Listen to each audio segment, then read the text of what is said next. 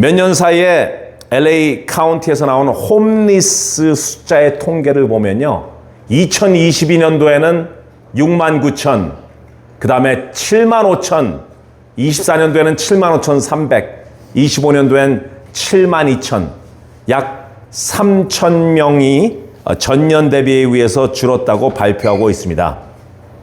근데 요즘 한인타운을 돌아다니다 보면 길가 새로운 곳에 세워진 새로운 텐트들을 많이 보기 때문에 줄어들었다는 이 이야기가 도대체 무슨 말인지 잘 모르겠습니다.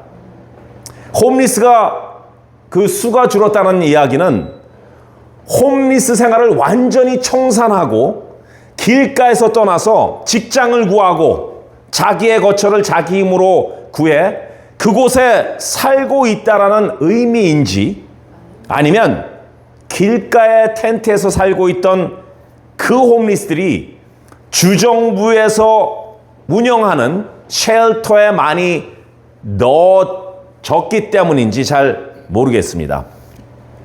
저희 광야국제교회는 과거 홈리스 사역 때 정말 홈리스들이 기거하는 텐트에 들어가서 같이 앉아서 밥도 먹고 이야기도 하는 그런 레디컬한 사역을 했었습니다. 또 많이 새로운 텐트들도 사들였습니다. 그래서 텐트란 단어가 굉장히 익숙하고 친근감이 있습니다. 오늘 우리가 읽은 본문에는 이 텐트 이야기가 상당히 많이 나옵니다. 이스라엘 백성들이 모세의 인도로 말미암아서 애굽 땅에서 나와서 광야 가운데 있었을 때 그들이 휴식과 잠을 청했던 곳이 바로 텐트였었던 것입니다. 이 텐트, 영어 성경에는 확실히 구분을 해놨는데 한국 성경에는 장막, 성막, 회막 구분 없이 막 사용했기 때문에 약간 헷갈리기도 합니다. 그런데 오늘 확실하게 여러분들이 너무나 좋아하시는 일타 강사인 저를 통해서 쉽게 설명드리겠습니다. 자, 그럼 장막은요, 개인용 텐트입니다. 개인용 텐트. 그리고 회막은 하나님을 만나는 텐트예요. 회자가 무슨 말인지 아시죠? 만날 회, 회담할 때, 만날 회, 회의할 때. 그래서 장막을 퍼스널 텐트라고 영어로 이렇게 쓰면 되고요. 히브리어로는 오헬, 장막, 텐트입니다. 그리고 회막은 영어로 tent of meeting 또는 tabernacle of meeting, tabernacle of testimony. 왜냐면 거기 증거계가 있었기 때문에. 그리고 히브리어로는 오헬 모에드, 모에드는 만난다는 것입니다. 그리고 회막은 성막이라고도 부릅니다. 왜냐하면 성자가 거룩할 성이기 때문에 하나님을 만나는 거룩한 장소. 자, 7절을 우리가 다시 보겠습니다. 모세가 항상 장막을 취하여 진 밖에 쳐서 진과 멀리 떠나게 하고 회막이라 이름하니 여호와를 앙모하는 자는 다 진 바깥 회막으로 나아가며. 여러분들께 질문하겠습니다. 모세가 취한 저 장막은 그동안 모세가 잠자고 있던 텐트였을까요? 아닙니다. 모세가 자고 있던 텐트가 아니라 새 텐트, 퍼스널 텐트를 진영 밖으로 가지고 나가서 하나님의 임재를 기다리고 만났습니다. 다음 질문은 진영 밖에 쳐서 진과 멀리 떨어지게 했다는데, 원래 우리가 아는 상식으로는 그 하나님을 만나는 회막이 진영 중간에 있지 않았나요? 오늘 우리가 읽은 이 33장에는 진영 밖에 멀리 떨어진 곳에 세운 회막 또는 성막은 바로 임시 temporary 성막이었습니다. 그리고 36장부터 출애굽기 40장 끝까지의 그 36장에서 40장까지는 바로 성막의 재료, 기구, 그리고 건축의 블루프린트를 설명하고 40장에 가서 공식적인 성막의 완성이 됩니다. 그때 바로 진영 중간에 설치가 되는 것입니다. 8절, 모세가 회막으로 나아갈 때에는 백성이 다 일어나 자기 장막문에 서서 모세가 회막으로 가기까지 바라보며, 모세가 회막으로 들어가는 것을 지켜보고만 있던 이스라엘 백성들, 결국 어떻게 됐나요? 10절에 모든 백성이 회막문에 구름 기둥이 서 있는 것을 보고, 무슨 말이죠? 하나님의 임재가 임했다는 거죠. 그리고 자기가 있는 자기 장막, 자기 퍼스널 텐트에서 보며 예배를 드렸다고 합니다. 제가 여러분들과 몇 번 나누었지만 이 구절을 읽을 때마다 5년 전 에코팍에서 첫 홈리스 사역을 시작했던 때가 생각납니다.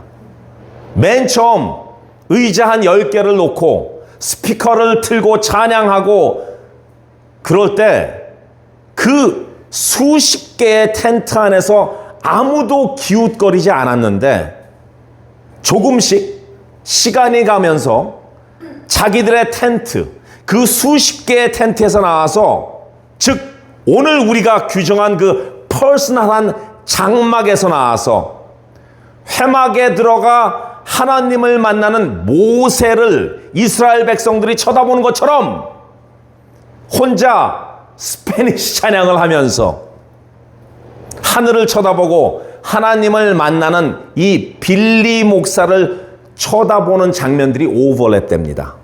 그리고 나서 텐트에서 잠만 자고 있던 그분들이 하나둘씩 나오기 시작해서 의자에 앉기 시작하고 같이 찬양을 시작하고 하나님의 말씀을 나누었고, 결국 저뿐만 아니라 텐트에서 나와 함께한 홈리스 여러분들이 예배자가 되어서 하나님께 예배드린 것입니다. 자, 오늘 본문을 통해서 성령께서 주시는 감동을 여러분들과 함께 나누어 봤으면 좋겠습니다. 첫 번째, 앙모하는 자들이 되자. 앙모라는 것은요, 바로 시커라는 것입니다. 시커. 히브리어로는요, 메바캐시입니다. 메바캐시.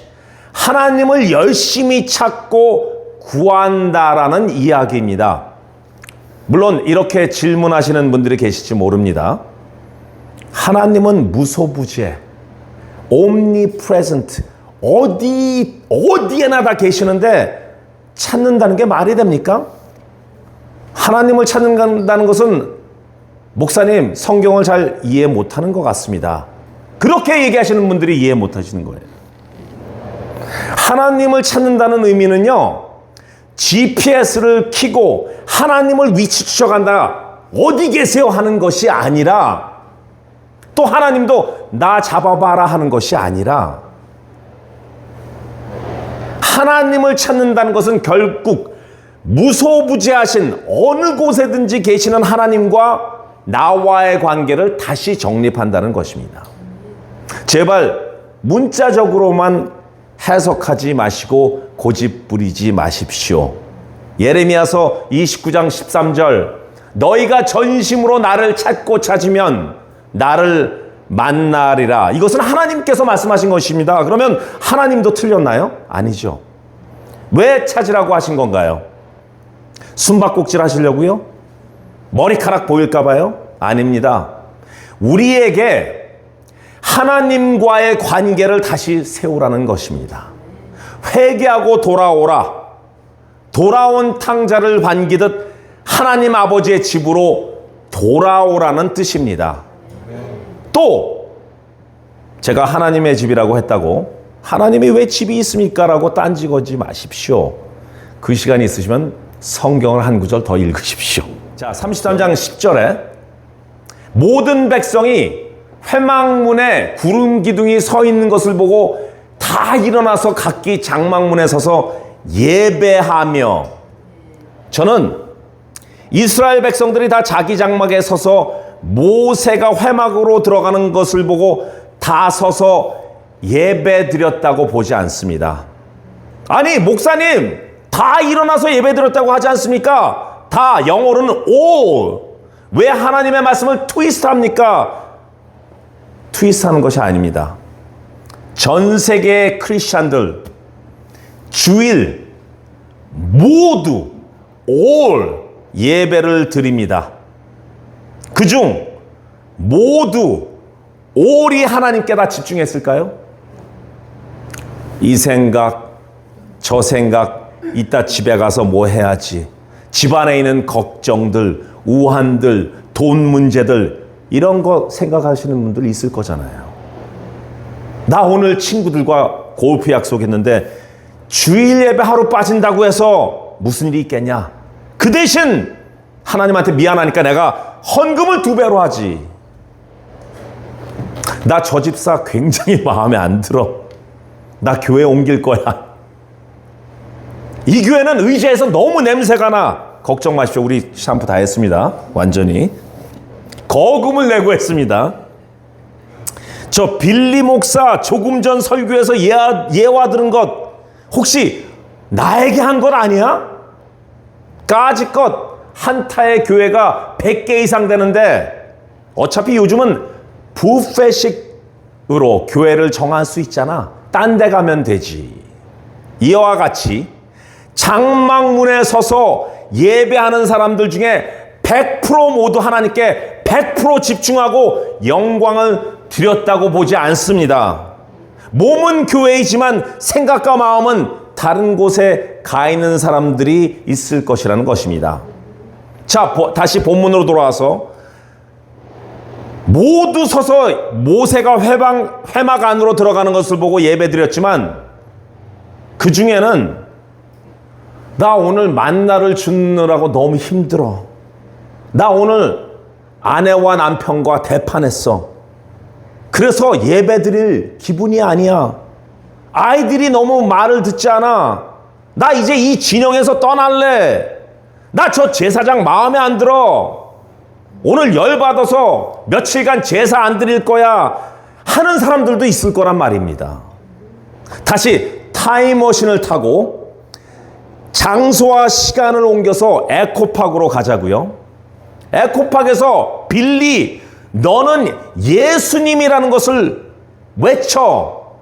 나는 그냥 텐트에서 먹던 술 계속 먹고 하던 마약 계속 할 거야 라는 사람도 있었단 말이죠. 장소와 시간을 넘어들면서 이 모든 상황들의 사람들을 예로 들은 것과 같이 예배 드린다는 사람들 모두가 예수님을 앙모하지는 않습니다. 씩하지는 않는다는 것입니다. 앙모하는 사람들은요, 하나님을 찾아서 하나님과의 관계를 집중하기 때문에 시험이나 상황이나 어려움이 있을지라도 first priority가 바로 하나님입니다. 그러니 그들은 진정한 seeker들입니다. 여기서 seek 할 때 조금 길게 해야 되죠? 매튜 seeker 하니까 아프세요? 나한테 그러더라고요, 누가. 예, seeker. 우리들은 seeker가 돼야 됩니다. seeker를요, 한국말로 구도자라고 말할 수 있습니다. 구는 구하다, 도는 하나님의 진리, 자는 사람들. 얼마 전 성원 집사님께서 제안한 것 중에 찬양 사역자들 말고 직장인들, 사회인들, 또 다른 교회를 섬기지만 찬양을 좋아하시는 분들이 모여서 찬양 연습을 하고 또 세상 사는 이야기도 하고 또 찬양곡 하나를 정해서 연습해가지고 완성이 되면은 홈리스 아웃리치일 때나 또는 타 교회 분들이 많이 참석하시는 우리 수요 예배에서 찬양도 한번 할 수 있고요. 너무 좋은 아이디어 아닙니까? 그 이야기를 듣는 순간 제 마음속에 갑자기 떠오르는 감동이 바로 이 시커의 예배가 떠오르더군요. 전문 찬양 사역자들이 아닌 그냥 하나님이 좋아서 하나님을 찬양하기 원하는 사람들이 모여서 함께하는 그 모임, 그리고 간증도 나누고 하는 그 소소하지만 아주 은혜로운 모임. 그 시커들 중에는요, 아직도 하나님을 모르는 사람이 있고 도대체 하나님, 예수님, 성령님 하는데 나는 솔직히 모르겠다. 또 어떤 분은요, 나 하나님 믿어. 근데 나는 하나님을 만난 적이 없어. 나는 도저히 이해가 안 가. 왜들 그렇게 하나님 찬양하는지 하는 분들이 와서 하나님과의 관계를 다시 맺게 되는 그 모임. 그래서 그 시커들이 와주기를 바랬는데 아직 아무도 안 오셨죠. 그래도 계속 광고를 해보십시오. 그리고 그 전에 한번 말씀드린 것처럼 두 분이라도 먼저 오셔서 다음 주 찬양을 연습하시면 모습을 제가 영상으로 담아서 그것을 광고하면 아마 모일 수도 있을 것입니다. 저는 저대로 시작하려고 합니다. 함께 그냥 세상 이야기 삶을 나누고요. 또 간증도 나누고 또 한국말도 가르치고, 왜냐면 한국말을 원하는 사람들이 많더라고요. 우리 세뮤엘 같은 경우요. 한국말을 너무 배우고 싶대요. 그리고 신앙 독서도 함께 읽고 큐티도 하고 통독도 하고 한국 음식도 만들어 먹는, 정말 하나님을 그 모임 안에서 시크하는 시커들의 모임을 곧 시작하려고 합니다. 하나님을 앙모하는 자들이 되기 위해서요. 할렐루야. 두 번째 감동은요, 성령을 경험하는 자들이 되자. 출애굽기 33장 11절을 다시 한번 여러분들이 읽겠습니다. 사람이 자기의 친구와 이야기함 같이 여호와께서는 모세와 대면하여 말씀하시며 모세는 진으로 돌아오나 눈의 아들 젊은 수종자 여호수아는 회막을 떠나지 아니하리라. 모세의 젊은 수종자, 후계자죠. 여호수아는 회막에서 모세가 하나님을 만나는 장면을 목격했습니다. 그리고 모세는 진으로 돌아왔어요. 자기 장막으로 갔어요. 왜냐하면 자야 되기 때문에. 그런데 여호수아는 회막을 떠나지 않았다고 합니다. 오래전 저는 이 구절을 읽으면서 성령님께 물어봤습니다. 모세는 하나님과 만난 직후 진으로 돌아갔지만 왜 여호수아는 회막에 계속 있었을까요? 하고 여쭈었는데 한 감동을 주셨어요. 그리고 나서 바로 그 다음날 공교롭게도 어떤 세미나를 인도하게 됐습니다. 그러면서 제가 그 세미나에 참석한 캔디데이트들한테 물어봤어요. 그랬더니 왜 여호수아가 떠나지 않았냐? 어떤 분이 딱 손들더니 여호수아가 이제 후계자가 되기 때문에 회막에서 더 기도를 하려고요. 좋은 인스피레이션입니다. 그리고 어떤 분은 여호수아가 정말 신실한 종이 되기 위해서, 리더가 되기 위해서, 후계자 수업을 더 받기 위해서 나머지 회막 청소를 하고 모든 사역을 마치고 내려왔기 때문이라고 하셨습니다. 저에게 주신 성령의 감동은요, 바로 이것입니다. 회막에서 하나님과 모세가 서로 친구끼리 말을 섞는 것처럼 대면하는 것을 목격하고 그 엄청난 장면을 목격하고 여호수아 자체가 성령의 만지심에 의해서 성령을 받고 성령을 체험하니 어떻게 몸을 가눌 수가 있겠습니까? 어떻게 그 회막을 떠날 수가 있겠습니까? 그 회막, 즉 모세가 하나님을 만난 그 회막이 바로 지금 우리들의 교회의 원형인 것입니다.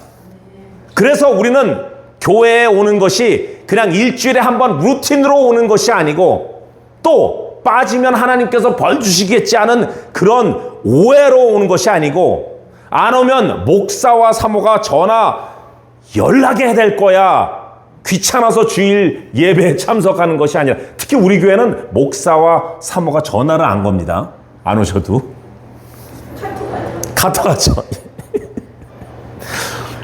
이 성막에 와서 하나님께 예배드리고 경배할 때 성령의 감동을 매번 받고 경험하여서 여호수아와 같이 한 발자국도 움직이지 못하고 성령을 만난 그 황홀함과 경이로움을 느끼는 예배자가 되어야 된다는 것입니다. 아멘. 껍데기만 있는 비어있는 크리스천들이 아니라 성령이 꽉 차고 너무나 꽉 찬 그 은혜 가운데 이것을 경험하고 다시 나누어 줄 수 있는 그런 성령을 경험하는 자들이 되어야 됩니다. 세 번째, 준비하는 자들이 되자입니다. 주를 앙모하는 자, 시커가 되자, 성령을 경험하는 자들이 되자. 너무 좋죠? 그런데 또 하나 필요한 것은 바로 준비하는 자들이 되자입니다.